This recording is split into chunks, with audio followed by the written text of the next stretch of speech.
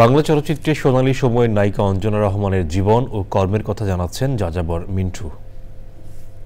অঞ্জনা রহমান চলচ্চিত্রে অঞ্জনা নামে পরিচিত। ১৯৬৫ সালের ২৭শে জুন ঢাকার এক সংস্কৃতিমনা পরিবারে জন্মগ্রহণ করেন অঞ্জনা। শৈশব থেকে নাচের প্রতি আগ্রহের কারণে তাঁকে ভারতে পাঠানো হয়।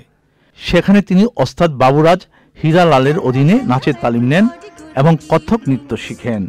নাচে ৩ বার জাতীয় পুরস্কারও পেয়েছেন তিনি। অঞ্জনার অভিনয় জীবন শুরু হয় ১৯৭৬ সালে বাবুল চৌধুরী পরিচালিত সেতু চলচ্চিত্রের মাধ্যমে।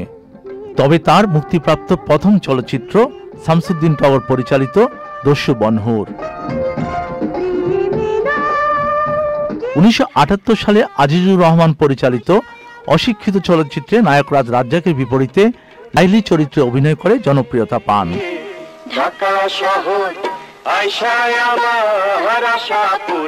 এরপর রাজ্জাকের বিপরীতে ৩০টি চলচ্চিত্রে অভিনয় করেন তিনি।